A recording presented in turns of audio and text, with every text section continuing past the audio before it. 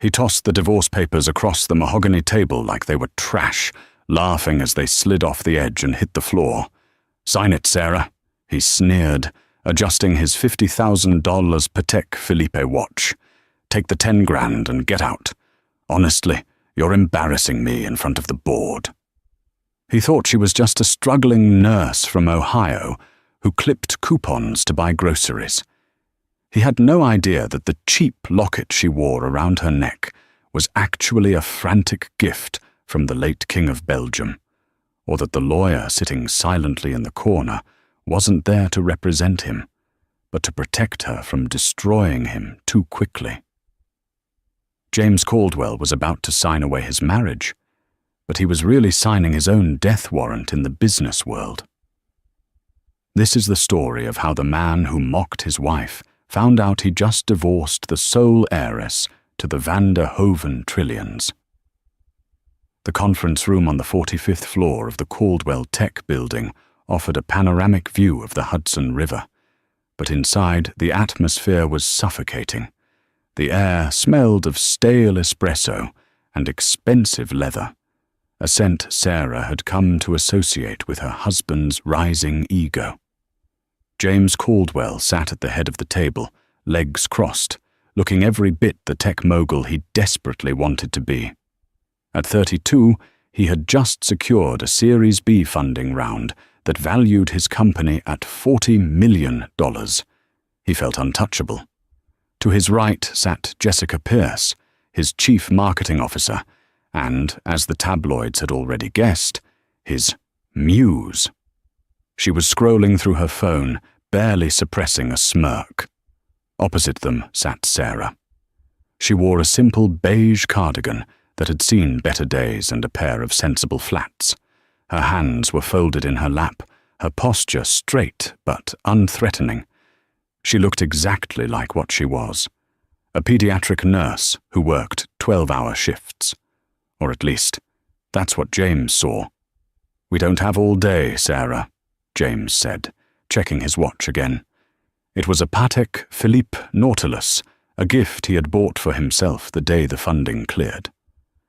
"I have a lunch meeting at Le Bernardin in an hour. Just sign the papers. The terms are generous." Sarah looked down at the document. "Generous." "James," she said softly, her voice steady. "You're offering me $10,000 and asking me to sign an NDA that prevents me from ever discussing our 7 years together. We built this company. I coded the original interface for the prototype in our studio apartment while you slept." James laughed, a sharp barking sound that made Jessica giggle. "You helped with some formatting, Sarah. Don't rewrite history. I built this. Me.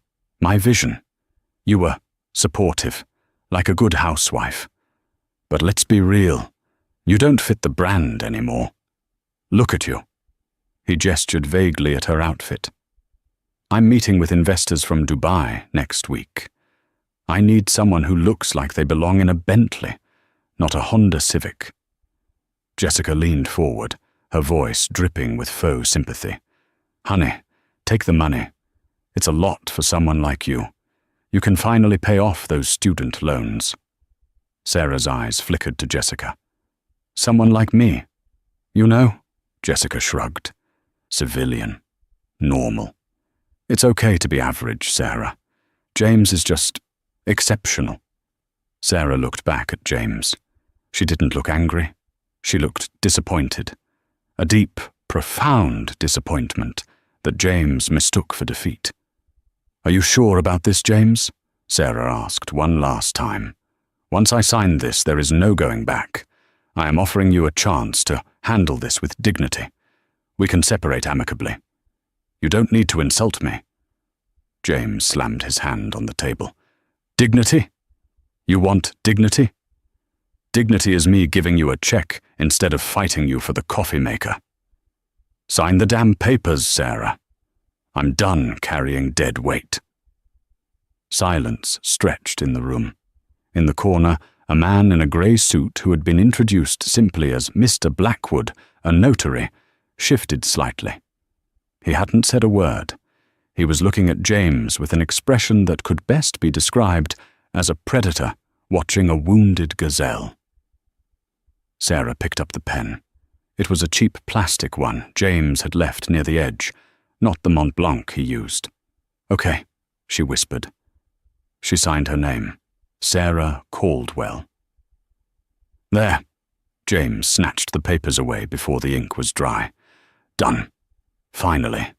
The check is with my assistant outside. Don't make a scene on your way out." Sarah stood up. She picked up her worn leather bag. She didn't ask for the check. "Goodbye, James," she said. "I hope the view is worth it." She turned and walked toward the heavy glass doors. "Wait," James called out, a final jab to boost his ego in front of Jessica. "What are you going to do now? Go back to Ohio? If you need a reference for a nursing job, let me know. I know some hospital admins." Sarah stopped. She didn't turn around. She just opened the door and walked out. As the door clicked shut, Mr. Blackwood, the notary, stood up. He didn't follow Sarah immediately. He walked over to the table and picked up the plastic pen Sarah had used.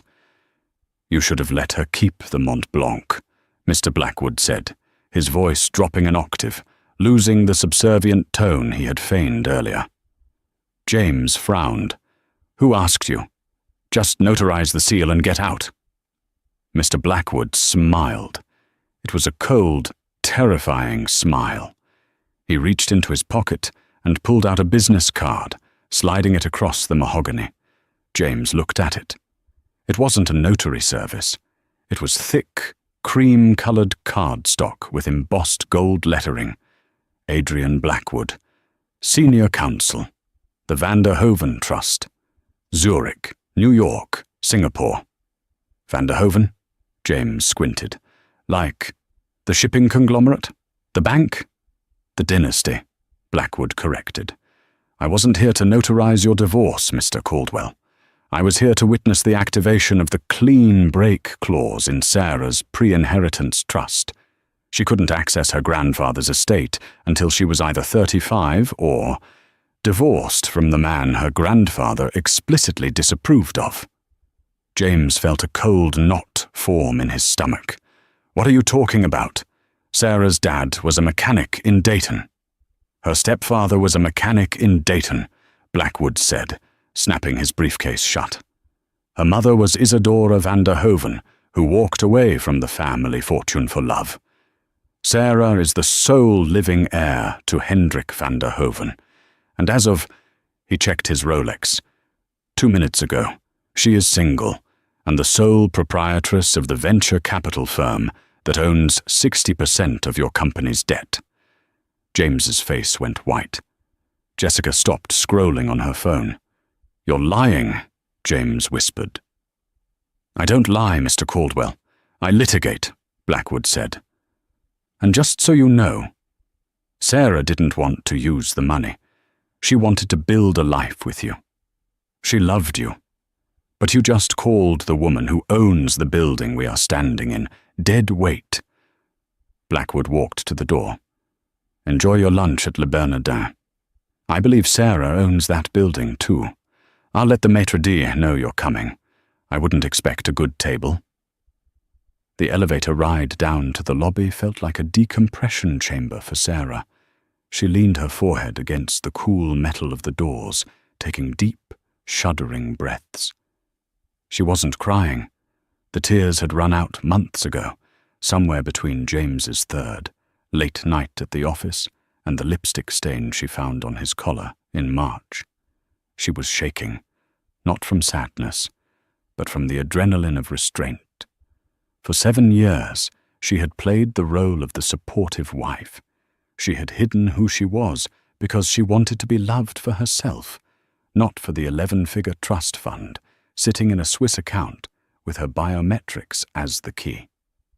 She wanted to know that the man holding her hand would still hold it if she were penniless, and she had gotten her answer.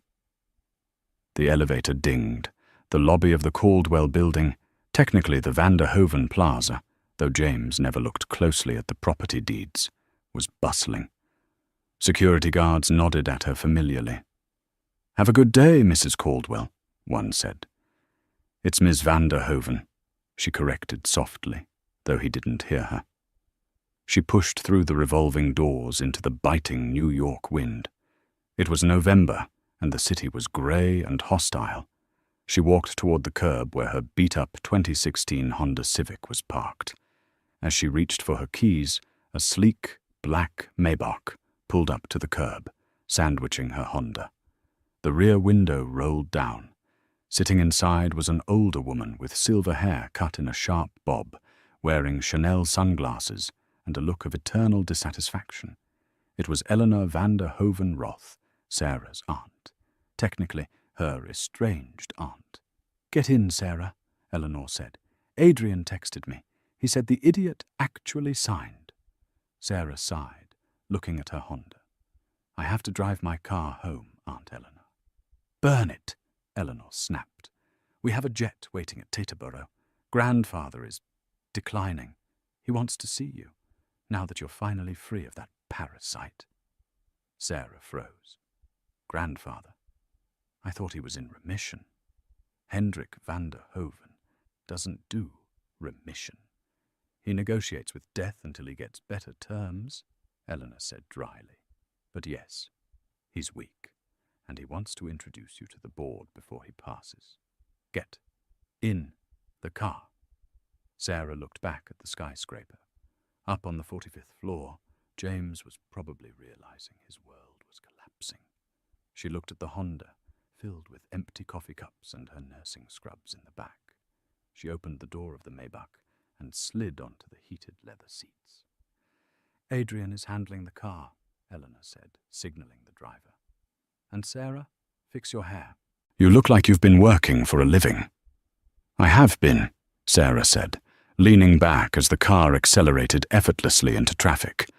"Well, that's over." Eleanor handed her a tablet. "Read this. It's the portfolio you now control. Vanguard Holdings, the shipping lines in Rotterdam, the lithium mines in Nevada, and, oh yes, the majority stake in a certain tech incubator called Silicon Rise." Sarah's eyes widened as she looked at the screen. Silicon Rise. They are the primary investors in James's company. "Precisely," Eleanor smirked. "James thinks he answers to a board of directors. As of this afternoon, he answers to you. Do you want us to crush him today? Or do you want to play with your food?" Sarah stared at the numbers scrolling on the screen. The wealth was unfathomable. It was enough to buy countries, let alone ruin one arrogant man. She thought about James's laugh. "You don't fit the brand anymore." "Don't crush him yet," Sarah said, her voice hardening. "He wants to be a big player. Let's see how he plays when the game is rigged." Meanwhile, back in the boardroom, James was frantically Googling. Van der Hoven, family net worth. Isadora van der Hoven daughter. Hendrik van der Hoven heir. The results were sparse. The family paid millions to keep their private lives off the internet. But what he found made him nauseous. A scanned article from a 1995 Dutch newspaper showed a grainy photo of a 4-year-old girl holding the hand of a giant of industry. The caption read, "The secret heiress, Isadora's child, Sarah, returns to the fold." "It's not possible," James muttered. "She clipped coupons. We ate instant ramen for 3 years." Jessica, who had gone pale, looked up from her phone. "James, I just got an email from the bank." "Not now, Jessica." "James, you need to listen," she screeched. "It's from Credit Suisse. They're freezing the credit line for the Series B expansion. They cited a change in risk assessment due to leadership instability." "What instability? I'm the CEO." "And," Jessica swallowed hard, "our landlord just emailed. They are invoking a clause in the lease. We have 30 days to vacate the premises for renovations." James slumped into his chair. The leather suddenly felt very hot. "Get Blackwood on the phone," James roared. "Get him back here." But Adrian Blackwood was already gone, and James Caldwell was beginning to realize that the $10,000 he had bullied Sarah into taking was the most expensive money he had ever spent. The Gulfstream GALFIER didn't just land, it seemed to kiss the tarmac of a private airfield just outside Zurich. The flight had been silent. Sarah had spent the 7 hours staring at the portfolio on the tablet, her mind unable to reconcile the numbers with her reality. $2 trillion. Not in cash, of course, but in assets, influence, land, and debt. The Van der Hoeven influence was a subterranean river that watered half the world's economy, and she was the dam keeper. "We're here," Eleanor said, closing her Vogue magazine. "Do you remember the estate?" "Vaguely," Sarah whispered. "I remember a maze and a swan that bit me. The swan died. The maze is still there. Try not to get lost." A convoy of 3 Range Rover Sentinels awaited them. Sarah was ushered into the middle vehicle. As they wound their way up the alpine roads, the scenery shifted from grey industrial efficiency to breathtaking, snow-capped isolation. They passed iron gates that looked heavy enough to stop a tank, winding up a driveway that was longer than the street Sarah had lived on with James. The Hui van der Hoeven wasn't a house. It was a fortress of stone and glass, perched on a cliff overlooking Lake Zurich. They were met at the door not by a butler, but by a medical team. "He's in the solarium," a doctor said, looking grave. "His oxygen levels are low today, Madame Roth. Keep it brief." Eleanor gripped Sarah's arm. "Listen to me. He is dying, but he is not dead. Do not pity him. He hates pity. If you show weakness, he will write you out of the will before his heart stops beating. Stand tall." Sarah straightened her spine. She thought of James laughing at her beige cardigan. She thought of the years she spent scrubbing floors in the hospital while James played CEO. She found a reserve of cold anger she didn't know she possessed. "I'm ready," Sarah said. They entered the solarium. It was a humid, tropical jungle inside the freezing Alps. Orchids bloomed in violent purples and reds. In the center, in a wheelchair that looked more like a command station, sat Hendrik van der Hoeven. He was skeletal, his skin like parchment paper, but his eyes were blue diamonds, sharp, hard, and cutting. "So," his voice was a wet rasp, amplified by a small speaker near his throat. "The prodigal granddaughter returns." "Hello, grandfather," Sarah said. She didn't step forward to hug him. She stood her ground. Hendrik studied her. "You look like your mother." Soft. Isadora was soft. That's why she ran away with the mechanic.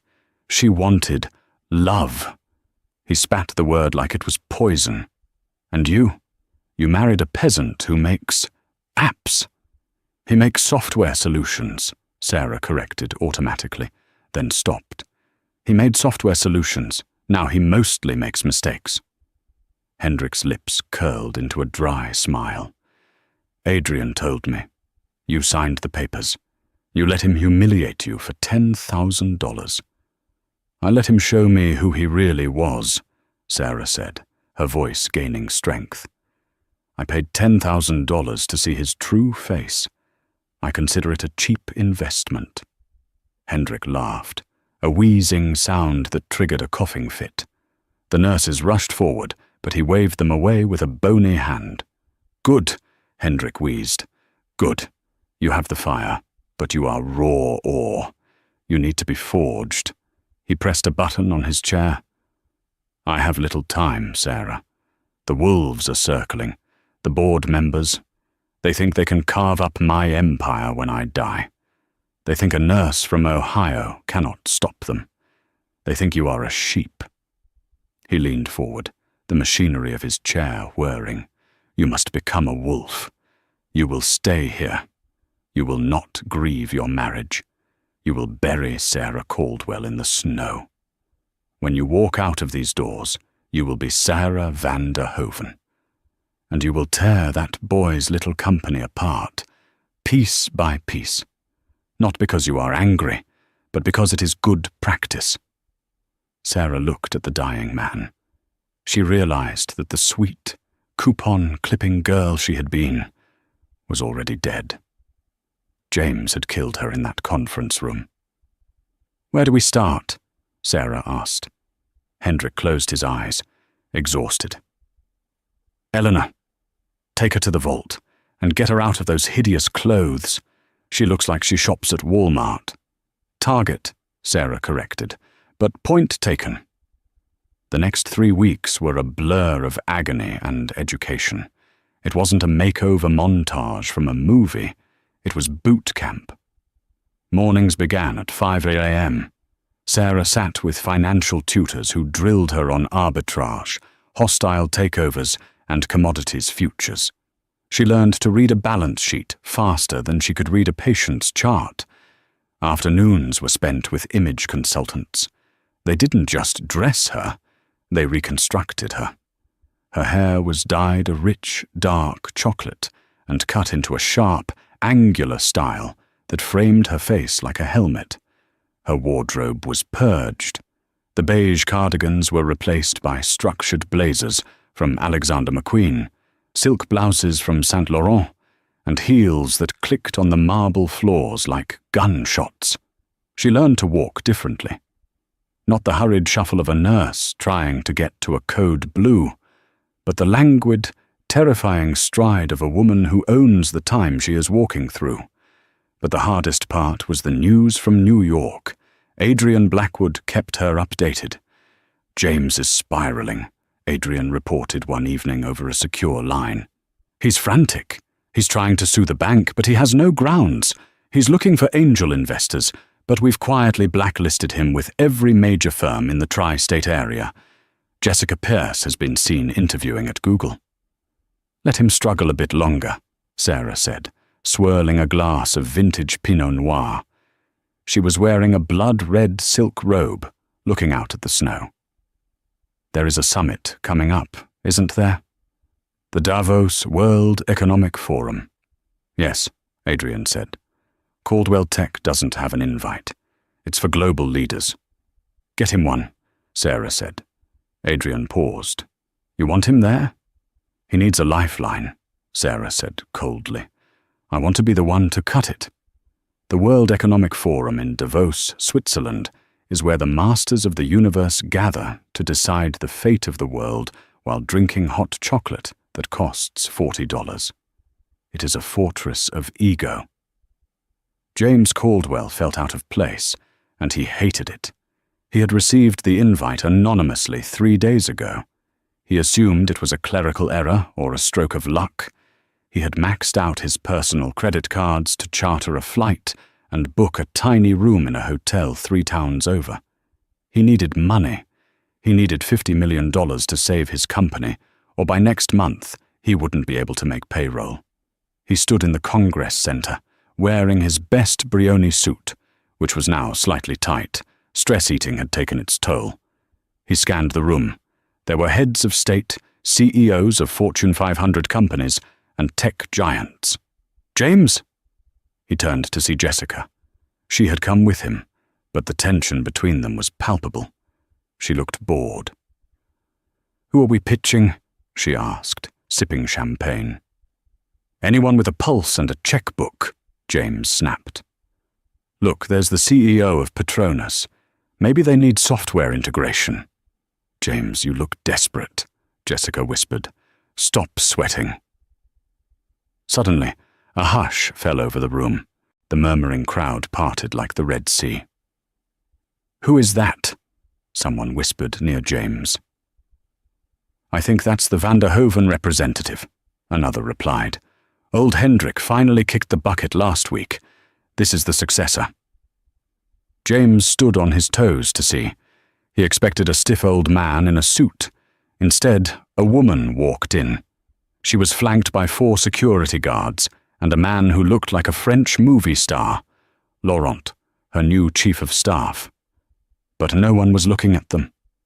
They were looking at her, She wore a tuxedo-style gown by Givenchy, stark white against the sea of grey and black suits. It was sharp, modern, and aggressive. A diamond choker, simple but comprised of stones the size of quail eggs, rested at her throat. She moved with a fluid, predatory grace.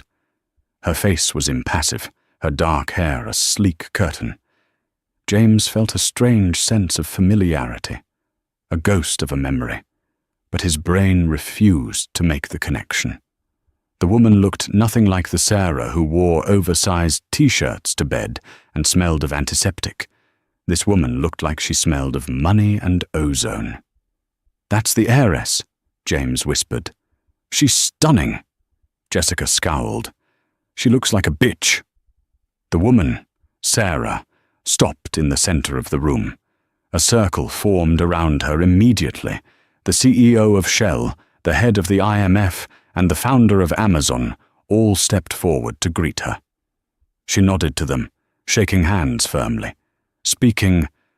Was she speaking French? Yes, fluent French. James saw his opening. If he could just get 5 minutes with the head of the Van der Hoeven Trust, he could bypass the banks. "Stay here," James told Jessica. "James, don't," she warned. "You're not on that level. Watch me." James smoothed his tie and pushed his way through the crowd. He was aggressive, using his elbows, desperate to reach the White Queen in the center of the board. He broke through the inner circle just as Sarah was laughing at a joke made by the French president. "Excuse me," James said, his voice a little too loud. Madam Van der Hoeven." The circle went silent. Interrupting a conversation at this level was social suicide. Sarah stopped laughing. She turned slowly. For the first time in 2 months, James looked into the eyes of his ex-wife. But he didn't see Sarah. He saw a stranger with Sarah's eyes, but none of her warmth. Her gaze was like looking into a deep, frozen lake. "Yes?" she said, in English, her voice clipped and aristocratic. James faltered. He didn't recognize her. The context was too different, the transformation too total. And frankly, James had never really looked at his wife. He had looked through her. James stammered. "James Caldwell, CEO of Caldwell Tech. We have a synergy I think you'd be interested in. I know your family invests heavily in emerging markets and—" Sarah tilted her head slightly. "Caldwell Tech?" She turned to Laurent, her chief of staff. "Do we know this company?" Laurent checked a tablet, though he didn't need to. "Small cap, Series B funding frozen, currently under audit for financial irregularities. Majority debt holder is us, madame." The crowd chuckled. James turned bright red. "There's a misunderstanding with the bank," James said quickly, sweat beading on his forehead. "That's why I wanted to speak with you. If the Van der Hoeven Trust could just extend a bridge loan—" Sarah took a step closer to him. She smelled of crushed roses and cold air. "Mr. Caldwell," she said, "I am familiar with your work. You built an interface that aggregates user data for third-party sales. It's derivative at best." James bristled. "It's revolutionary. It's mediocre," she said softly. "Like your judgment." She stepped even closer, invading his personal space. She lowered her voice, so only he could hear. "Tell me, James, how is the nursing staff shortage in Ohio these days?" James froze. The world stopped spinning. He looked at her. Really looked at her. He saw the tiny scar on her chin from when she fell off a bike when she was 7, a story she had told him on their first date. He saw the flecks of gold in her green eyes. His mouth fell open. Sarah." She pulled back, her face returning to a mask of ice. "You are mistaken," she said loudly, addressing the room. "I am Sarah Van der Hoeven, and this man is trespassing on my time." She turned to the head of security. "Remove him. He is distressing my guests." "Wait!" James screamed, as two large hands grabbed his shoulders. "Sarah, it's me. Talk to me. Sarah." He was dragged backward, his heels skidding on the polished floor. Jessica Pierce was nowhere to be seen. She had vanished into the crowd the moment things went south. Sarah watched him go, her expression unreadable. "Do you know him, madame?" the French president asked, looking amused. Sarah took a sip of champagne. "I once hired him to do some work," she said calmly. "He was inadequate. Shall we discuss the lithium trade, Monsieur President?" James returned to New York not as a conquering hero, but as a pariah. The video of him being dragged out of the Davos summit had gone viral. It had 12 million views on TikTok under the caption, "Tech Bro tries to hit on billionaire Heiress, finds out." He sat in his office at Caldwell Tech, the lights off, watching the clip on loop. The humiliation burned in his chest like acid. But beneath the shame, a different fire was kindling, rage. She had played him. She had lied to him for 7 years. She had made him believe they were poor, that she was nobody, while she sat on a mountain of gold. "She committed fraud," James muttered to the empty room. "Spousal fraud. She hid assets. I can void the divorce. I can take half." The door swung open. It was Gavin Stone, his CFO and college roommate. Gavin looked like he hadn't slept in a week. "James, stop watching the video," Gavin said, throwing a stack of files on the desk. "We have bigger problems. The renovations notice from the landlord wasn't a bluff. The eviction crew is in the lobby, and Silicon Rise, the VC firm that holds our debt, just called an emergency shareholder meeting." "Tell them to wait," James waved a hand dismissively. "I'm calling my lawyer. I'm going to sue Sarah for everything she has. I'll own the Vanderhoven estate by Christmas." Gavin laughed, a dry, hysterical sound. "You don't get it, do you? You don't sue the Vanderhovens. You survive them. And right now, we aren't surviving." "The shareholder meeting isn't a request, James. It's happening now, in the main conference room." "Who called it?" James stood up, adjusting his tie. "I control the voting shares." "Not anymore," Gavin said quietly. "Check the bylaws. If we default on the Series B interest payments, which we did this morning, the debt converts to equity. Silicon Rise now owns 51% of Caldwell Tech." James felt the blood drain from his face. "Who runs Silicon Rise?" Gavin didn't answer. He just pointed to the door. James marched down the hallway, ignoring the stares of his employees who were frantically packing boxes. He burst into the conference room, the same room where he had forced Sarah to sign the papers 3 months ago. The table was full. The board of directors sat in silence. At the head of the table, where James usually sat, was a woman. She wasn't wearing the glamorous gown from Davos. She was wearing a razor-sharp charcoal suit. Her hair was pulled back in a severe bun. "You're late, Mr. Caldwell," Sarah said, not looking up from a file. "Get out of my chair," James snarled, stepping forward. Adrian Blackwood, standing by the window, stepped in James's path. "Sit down, James, or security will remove you again. And this time they won't be as gentle as the Swiss."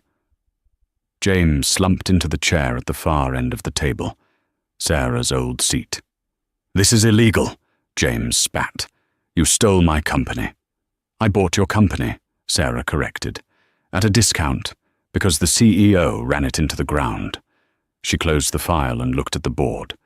"Motion to remove James Caldwell as chairman of the board, effective immediately," she announced. "Seconded," said a board member James had known for 5 years. "All in favor?" Every hand went up, even Gavin's. James looked at his best friend. "Gavin." "I have a mortgage, James," Gavin whispered, looking down at the table. She offered to keep me on if I voted with the majority. Motion carries, Sarah said, emotionlessly. Now, on to the role of CEO. Usually, we would terminate the CEO for gross incompetence. However, she paused, her green eyes locking onto James's terrified face. I believe Mr. Caldwell has a unique history with the product. Therefore, I am keeping him on as CEO. James blinked. You are? Yes, but with a restructured contract, Sarah signaled Adrian. Adrian slid a thick document down the table. James opened it.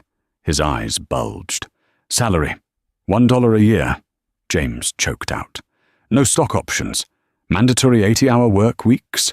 Reporting directly to the board chairwoman. This is slavery. It's a performance improvement plan, Sarah said coolly. You said you built this company, James.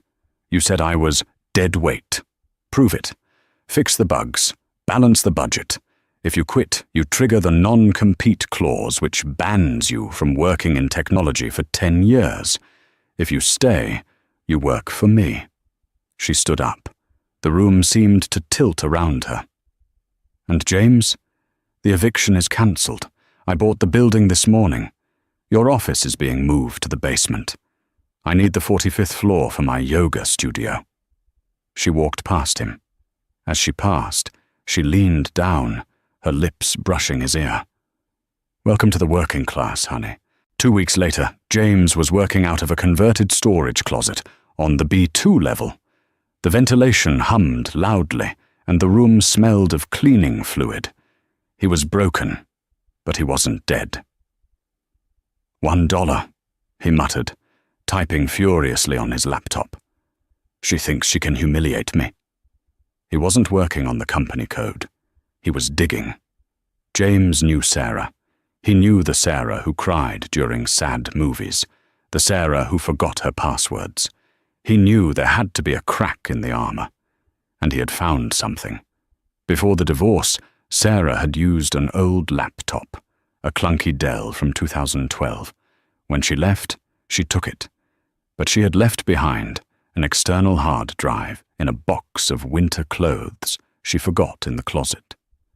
James had found the drive the night before. He had spent 12 hours cracking the encryption.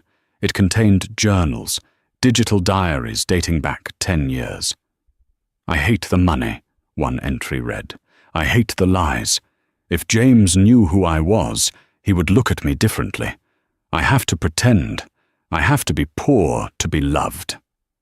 But it wasn't the sentimentality James was looking for. It was the dates. He found an entry from 3 years ago. Grandfather is pressuring me to sign the trust documents. I have to go to Zurich. I'll tell James I'm visiting my sick aunt in Ohio. James smiled. A cruel, jagged smile.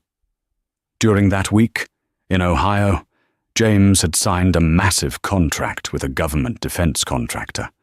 The contract required strict background checks on all spouses of executive officers to ensure no foreign entanglements. James had filled out the forms, listing Sarah as a U.S. citizen with no foreign assets. Sarah had signed it. If she was secretly the heir to a foreign conglomerate at that time, and she signed a federal affidavit stating she wasn't, that was perjury. That was federal fraud. Gotcha, James whispered. He needed a partner, someone who hated Sarah as much as he did. He picked up his phone and dialed. Jessica, it's me. Don't hang up. I have the nuke. They met in a dive bar in Hell's Kitchen, far away from the prying eyes of the financial district. Jessica looked tired. Her muse status had revoked the moment James fell from grace, and she was currently working as a junior consultant for a firm that sold printer paper. This better be good, James, she said, stirring her watered-down martini. I'm this close to blocking your number. James slid a flash drive across the sticky table. Federal perjury, James said. She lied on a Department of Defense form 3 years ago. If this leaks, she doesn't just lose the company. She goes to federal prison, or she gets deported. Jessica's eyes widened. She plugged the drive into her phone using an adapter and scrolled through the screenshots James had taken. "This is legit," she whispered. "The dates match." "I need you to leak it," James said. "If I do it, it looks like a bitter ex-husband. If you do it, say you found it while auditing the company files. You become a whistleblower. The press will love you." "And what do I get?" "We take her down." James leaned in, his eyes manic. "The stock crashes. She goes to jail. The Van der Hoeven board panics and fires her. I step back in as the steady hand to save the company. And you get your CMO job back. With equity." Jessica looked at James. She looked at the flash drive. "You really think you can beat her?" Jessica asked. "She's just a nurse, Jess. She's playing dress-up. This," he tapped the drive, "is reality." Jessica closed her hand over the drive. A slow smile spread across her face. "Okay, James, let's burn the witch." 3 days later, James sat in his basement office, waiting. Jessica had promised the story would drop at noon. She had a meeting with a reporter from the Wall Street Journal.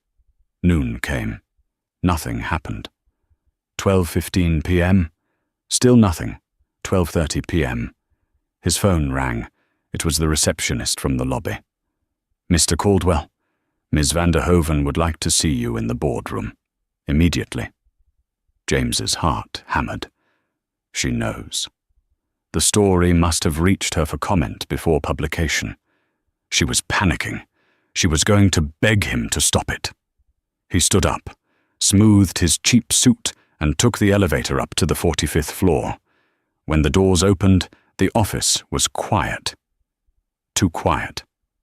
He walked into the boardroom. Sarah was there, standing at the head of the table. But she wasn't alone. 2 federal agents in windbreakers with FBI on the back stood near the window. And sitting in a chair, weeping into a tissue, was Jessica. James froze. "James," Sarah said, her voice sounding almost bored. "Please have a seat." "What is this?" James asked, his voice cracking. "Jessica." Jessica looked up, her mascara running. "I'm sorry, James, I had to. They offered me immunity." "Immunity for what?" James shouted. Sarah picked up the flash drive from the table. The flash drive. "For corporate espionage and conspiracy to commit blackmail," Sarah said. "Did you really think, James, that after everything, I wouldn't monitor your communications? Did you think I wouldn't flag a breach of my personal encrypted files?" "It's not blackmail if it's the truth," James yelled, pointing at the agents. "She committed perjury. She lied on the DOD forms. Arrest her." Sarah sighed. She looked at the agents. "Agent Miller, would you explain it to him? He's slow." Agent Miller stepped forward. He looked annoyed to be there. "Mr. Caldwell, we reviewed the allegations. Ms. Van der Hoeven did not commit perjury. At the time the DOD forms were signed 3 years ago, her assets were held in a blind trust controlled by her grandfather. Legally, she did not have access to or control over foreign assets until the clean break clause was activated, which happened the day you divorced her." James's mouth fell open. But she knew. She knew she was rich. "Knowledge of potential future inheritance is not a reportable asset," the agent droned. "However, hacking into a protected server to steal personal data, and then conspiring to use that data to extort a CEO of a publicly traded company, that is a felony." James looked at Jessica. You recorded me?" "I wore a wire, James," Jessica sobbed. "Sarah's lawyer called me 10 minutes after we left the bar. They knew everything. They told me if I helped them catch you, they wouldn't sue me for the unauthorized expense account spending I did last year." James looked back at Sarah. She wasn't smiling. She looked disappointed. "I gave you a job, James. I gave you a chance to work with dignity, and you tried to send me to prison." Sarah nodded to the agents. "Get him out of here." "Wait!" James screamed as the agents grabbed his arms. "Sarah, you can't do this. I'm your husband. Well, ex-husband. We loved each other." "I loved a man who didn't exist," Sarah said, turning her back on him. "And you loved a bank account you couldn't access. Goodbye, James." James was dragged out of the office he once thought he owned, past the employees he used to bully. As the elevator doors closed on his screaming face, Sarah finally sat down. She looked at Adrian Blackwood, who was standing in the shadows. "Is it done?" she asked. "The FBI will hold him for 24 hours. The charges will likely stick. He'll be facing 3 to 5 years, Adrian said. "But are you sure you want to proceed with the final step?" Sarah looked out the window at the skyline of New York. The city looked small from up here. "He wanted to destroy my reputation," Sarah said softly. "He wanted a media circus. I think we should give him one." "What do you mean?" "Bail him out," Sarah said. Adrian raised an eyebrow. "Bail him out? Why?" "Because prison is too private." Sarah turned, her eyes hard as diamonds. "I want him to be free to see what happens next. I'm going to acquire the one thing he loves more than money." "Which is?" "His legacy." The rain outside the Federal Detention Center in Brooklyn was cold and relentless. When James Caldwell walked out the heavy steel doors, he didn't expect a limousine. He expected a taxi, or perhaps a long walk to the subway. He had no phone, no wallet, and his shoelaces had been cut. But there was a car waiting, a familiar black Maybach. The window rolled down. It wasn't Sarah, it was Adrian Blackwood. "Get in, Mr. Caldwell," Adrian said, his voice devoid of any warmth. "Ms. van der Hoven has paid your bail." James stood shivering in the rain. "Why?" "She hates me." "She doesn't hate you, James. Hate implies emotional investment," Adrian said, opening the door. "She pities you, and she requires your attendance tonight. Consider it closing arguments." James climbed in. He sat huddled in the corner, the leather seats smelling of success he could no longer touch. "Where are we going?" James asked. "The Metropolitan Museum of Art," Adrian replied. "Tonight is the rebranding gala. The company, formerly known as Caldwell Tech, is launching its 2.0 interface. Sarah thought you should be there to see what the company looks like without dead weight." James straightened up. A spark of defiance ignited in his chest. "She can rebrand all she wants," James sneered, his old arrogance flickering back to life. "But she can't change the code. I wrote the kernel. I built the architecture. Without my genius, that company is just a shell. She's just a nurse playing CEO. She'll crash it in 6 months." Adrian didn't respond. He just smiled, that terrifying, shark-like smile. The Met steps were draped in red carpet. Paparazzi lined the velvet ropes.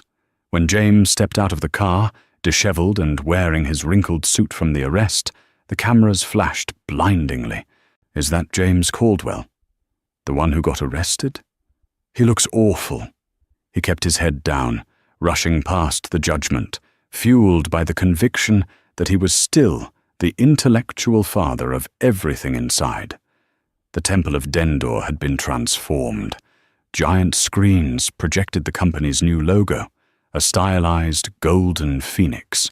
The room was filled with the elite, tech moguls, politicians, the very people who had shunned him. James found a corner, grabbing a glass of whiskey from a passing waiter to steady his shaking hands. "Ladies and gentlemen," a voice boomed. Sarah walked onto the stage. She wore gold, not a gown, but a suit made of gold silk that shimmered like liquid metal. She looked like a goddess of war. "Thank you all for coming," Sarah said, her voice amplified, crisp and commanding. Tonight, we celebrate not just a new name, but a new truth." She paused, her eyes scanning the crowd until they landed on James in the shadows. "For years," Sarah continued, "this company operated under a lie. We were told it was built by a singular genius, a visionary.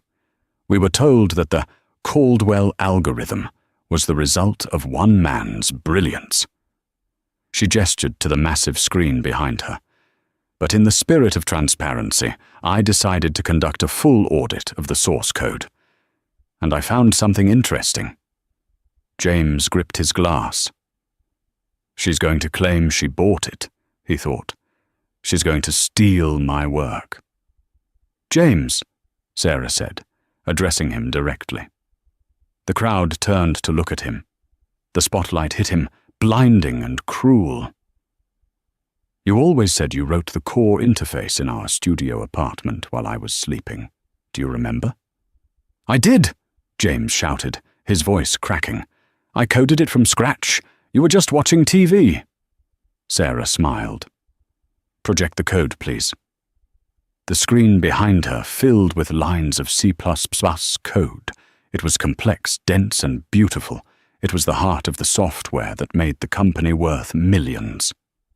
"This is the kernel," Sarah said.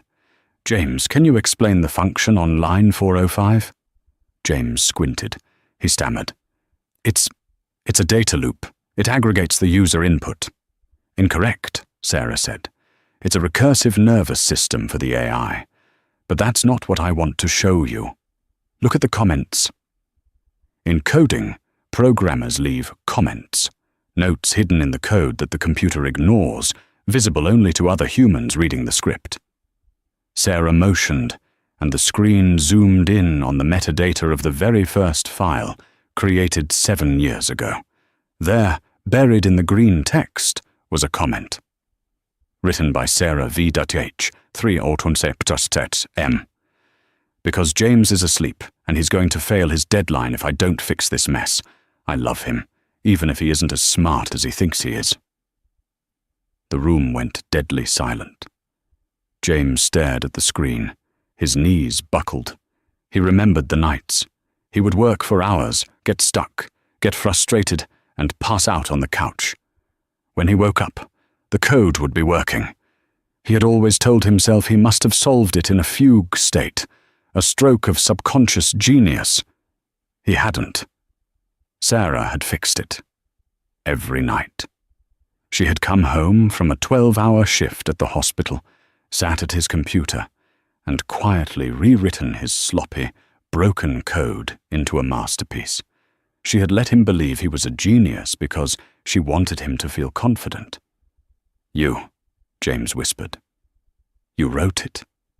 "I wrote all of it, James," Sarah said, her voice echoing in the silent hall.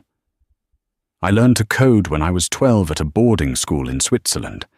I have a PhD in computational mathematics that I never told you about because you were so insecure about your own intelligence. I hid my degree. I hid my money. I hid my name. All so you could feel big." She took a step forward on the stage. "You didn't build this company. You were the mascot." James dropped his glass. It shattered on the stone floor, the sound sharp and final. "Tonight," Sarah announced, turning back to the crowd, "we are erasing the lie. Caldwell Tech is no more. Effective immediately, the company is rebranded as Isadora Systems in honor of my mother. And we are releasing the source code as open source, because unlike my ex-husband, I don't need to hoard knowledge to feel important." The crowd erupted in applause. It was a standing ovation. James stood in the center of the cheering crowd, but he was alone. He wasn't a billionaire. He wasn't a CEO. He wasn't even a coder. He was a fraud who had divorced the only person who had ever made him look competent. Adrian Blackwood appeared at his elbow. "The show is over, Mr. Caldwell," Adrian whispered. "The bail conditions state you must remain within the jurisdiction, but I suggest you leave this building. You're trespassing." James looked at Sarah one last time. She was laughing with the CEO of Apple, radiant, powerful, and utterly out of his reach. She didn't look back at him. He was already a memory. James turned and walked out of the temple, past the red carpet and into the dark, rainy night. He checked his pockets. He had $5 and a metro card with one ride left. He walked to the subway station. He swiped the card. Insufficient fare. James Caldwell, the man who mocked his wife for clipping coupons, leaned his head against the cold metal of the turnstile and began to weep. The downfall of James Caldwell wasn't just a financial collapse. It was the total deconstruction of a man who mistook privilege for talent and love for subservience. He spent the rest of his days working IT support for a mid-sized paper company in New Jersey, forever haunted by the face of the woman he discarded. Sarah